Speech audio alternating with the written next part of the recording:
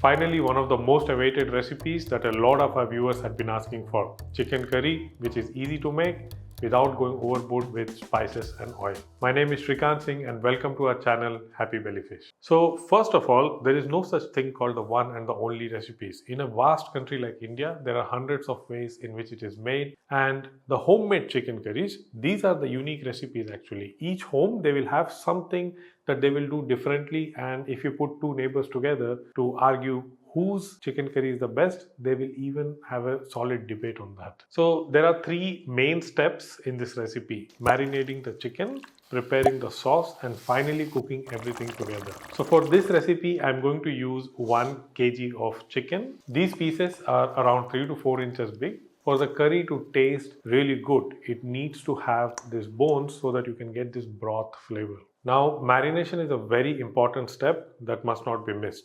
It tenderizes the meat and it also adds flavor to it. Here, we'll marinate the chicken with the most basic spices that is found in an Indian kitchen. So to this 1 kg of chicken, I will add 1 tablespoon of salt, 1 teaspoon of Kashmiri red chili powder, 1 teaspoon of turmeric powder, 1 teaspoon of coriander powder, and 1 teaspoon of cumin powder. You also need to add 1 tablespoon of oil, and this will help in keeping the spices cling to the meat. And it can be any oil that you're using when you cook. Add 2 tablespoons of curd or yogurt. Mix everything roughly and make sure that the meat is covered with the marinade. Now this is something to note. There is a difference between the curd and the yogurt. Curd is much more sour in taste. So if you're using yogurt that tends to be much sweeter, then you may have to add 1 tablespoon of lemon juice to get some sourness. So the flavoring starts right during the marination, and the longer you keep, the better it will taste. I'm going to let it marinate for just 30 minutes at room temperature and use this time to prepare the next step. In most homemade recipes, the marination is just done for about 30 minutes, and the spices like turmeric and chili, they also act like a disinfectant to kill any microbial activity that is happening while you're preparing other ingredients. Now for the curry, you will need onions, and I mean a lot of onions. For 1 kilo of chicken that we are cooking, we need around 500 grams of onion, and there's no tomato in this recipe, so the entire sauce is made mainly with the onions. Red onions are the best and the preferred choice of onions, especially when it comes to making Indian foods. What's good to know here is that the slices must not be too big or too thin. Very large pieces will not cook enough, or they will not dissolve completely. And if the slices are very fine, it will cook too fast and dry out quickly without absorbing the flavors of the spices. We will take half of these sliced onions and make a paste out of it. You may have to add some water. Make sure that it's very little, just about 1 to 2 tablespoons of it. Blend this onion into a fine puree, and we will use this in making the curry. With the remaining sliced onions, we will cook them in oil to get a coarse texture in the curry. This is the only tearful or painful part in this recipe. The other two aromatics that are absolutely essential here are ginger and garlic. So you have to make a paste out of it, and one of the easiest way of doing it is to just grate it as finely as possible. It's even easier than making it in a mortar and pestle. So you will need 1 tablespoon of garlic and 1 tablespoon of ginger. Try to avoid the ginger and garlic paste from the stores. If you read the ingredients carefully, it will also have vinegar and some other things like thickeners. So it comes nowhere close to the freshly prepared ginger and garlic paste. And now we will start with cooking the aromatics and the spices together. But before we continue, if you have enjoyed the video so far, then please hit the like and subscribe button. I'm promising you that the content is much more interesting from here. And if you want to learn more about spices, you want to join my Mastery of Spices course, or you want to download the free spice guide, then the link is in the description. To prepare the curry, take a large pan, and if you want the chicken curry to cook well, then use a pan or a pot that has a wider base. Deep pots in which you normally cook rice or lentils, they will not cook the chicken evenly, and it will also be much harder to mix. Heat about 4 tablespoons of oil in the pan that is on medium heat. And if you cook carefully, you will not need more oil than this. We will infuse this oil with some whole spices and make sure that the spices do not burn. So keep the heat on medium.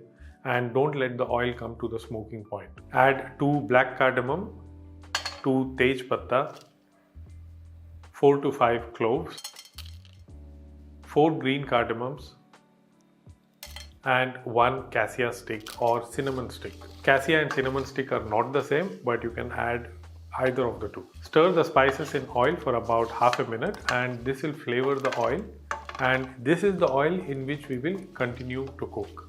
Add the sliced onions and cook them until they turn translucent. They must not burn or stick to the pan. So stir from time to time, and in about 3 to 4 minutes the onions will turn soft.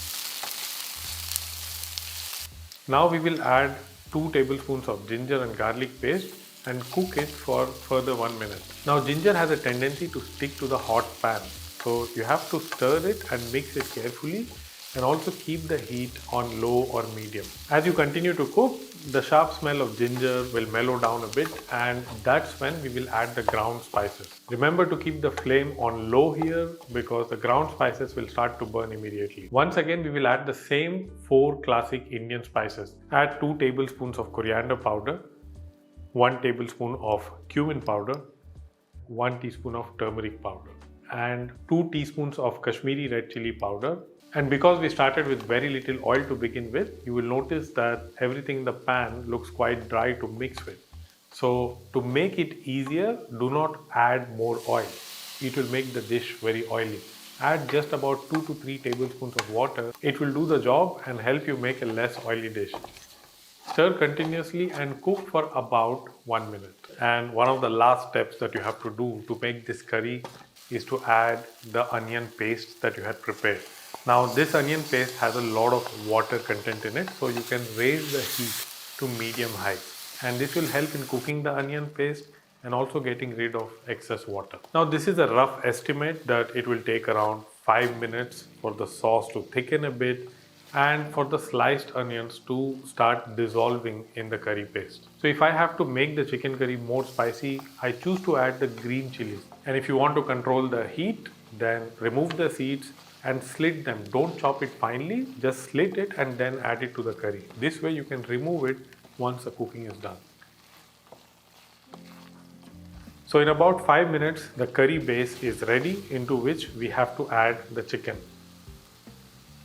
Make sure that you add half a cup of water, because it will help in mixing the chicken and the curry paste evenly. And now it's time for us to add the chicken pieces to the pan.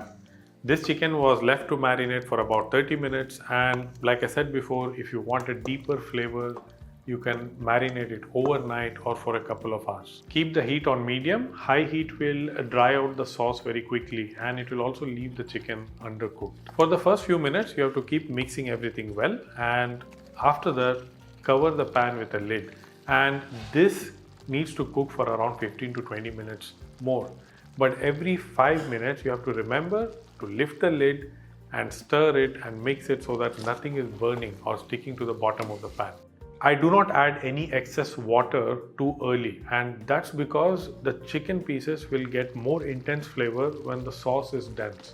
If you dilute it with water at the beginning, then it will not get the flavor that you want. There's one extra spice that I always like to add towards the end, that is fenugreek leaves, and this is also known as kasuri methi. They are bitter but highly aromatic spice, a very special spice. There is no substitute for this. Kasuri methi always works really good when you make a very rich and creamy sauce like the one that we have made now. And now is the part whether we should add garam masala or not. It's a personal preference. I personally do not add it because I've already used the whole spices earlier, and like I said, all those whole spices are part of the garam masala. So if you wish, you can add it at this stage and not more than 1 teaspoon of it. But if you take my opinion, I would not do it because it kind of overkills the flavor of the chicken. The broth flavor will be lost with the overwhelming garam masala. You can add some more salt if it is needed. We had already added at the time of marination. But if you feel that you need to uplift the flavors a bit, then some salt might be necessary. So the chicken curry is cooked, but if you like the gravy to be a bit more thin, then you can add around half a cup of water, cover the pan with a lid and let it simmer for at least 5 minutes. One final check that needs to be done here is to see if the chicken is properly cooked. So take a large piece and see how easily it breaks and if there are any pink bits inside.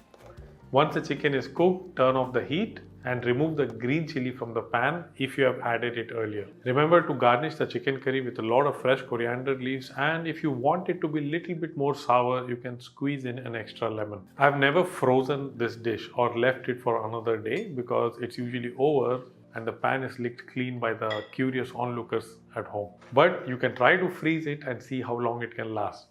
This chicken curry goes best with rice, specifically white rice, and if you like the gravy to be thick, you can also enjoy it with roti or naan. Now, after you have seen this video and when you try to cook this at home, it will make sense to you that why the chicken curry that's often served in some, not all, restaurants don't taste so good. They don't taste wholesome. Some restaurants still do a good job, but in a lot of places, they just add grilled or boiled chicken to a common curry base. The taste of the chicken and curry, they run in two parallel lines. So this is a classic chicken curry that we have been making at home since as long as I can remember, since I was a child, and it was our Sunday routine to come back from our play exhausted and dirty, and the aroma from the kitchen would just guide us home. I have not used any pressure cooker or an instant pot here to make this, firstly because the meat starts to come apart from the bones and the chicken will not get the flavors it should because the cooking happens too fast. The only time you might have to use it is if the chicken is very hard,